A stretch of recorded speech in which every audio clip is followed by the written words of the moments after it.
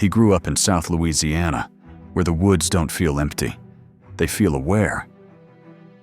In the early 1990s, he was out alone, carrying a shotgun, moving through familiar ground near what locals whispered about, but never named. What he didn't know was that he was about to interrupt something that didn't run like a deer and didn't react like a man. By the time he realized what was watching him from the trees, fear had already made the decision for him. This is the Louisiana encounter he never forgot.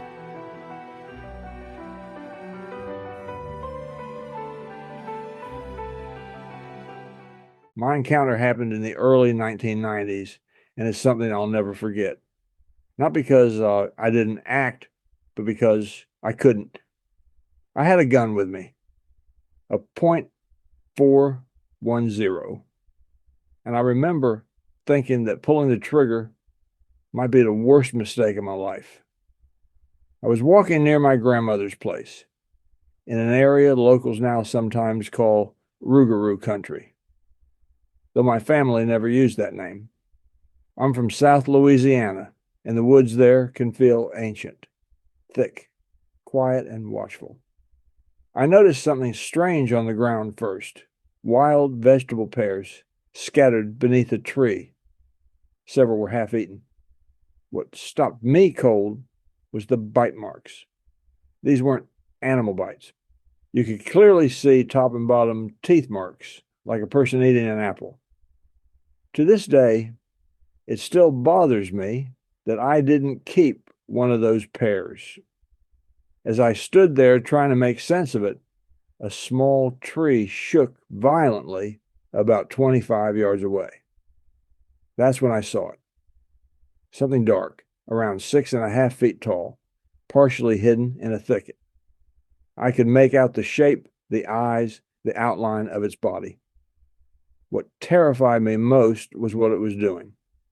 It had a small tree in each hand, pulled in tight against its body and face, using them as cover. That's when I knew I disturbed its meal. I realized then that it must have seen me long before I saw it. I had just crossed an open grass field to get there. At first, I thought it might be a deer, but that idea vanished fast. A deer doesn't shake trees, and it doesn't stand its ground to intimidate you. When it shook the trees again, harder this time, I raised my .410 and cocked it, aiming straight at it. My mind was racing. I knew the gun probably wouldn't kill it. I knew it wasn't a deer. I knew it wasn't a normal person. I knew if I shot and it was human, my life would be over. And I knew if I shot and it wasn't, it would come after me. While all of that was flooding my thoughts, it shook the trees again, violently.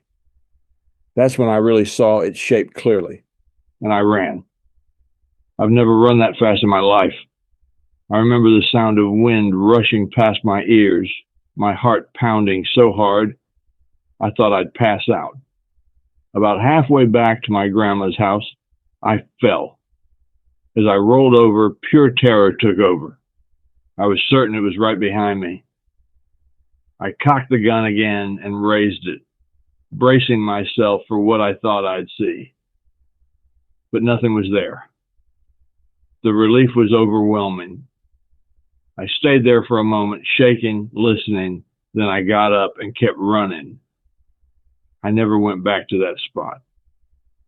I didn't tell anyone about what happened for years. When I finally told my dad, he didn't laugh. He didn't argue. He just said, "Yeah, the old people always said something was out there. We just thought they didn't want us going too far into the woods or staying out overnight so they wouldn't have to worry." But after what I saw that day, I don't think it was just a story meant to keep kids close to home. I think they knew something was really out there.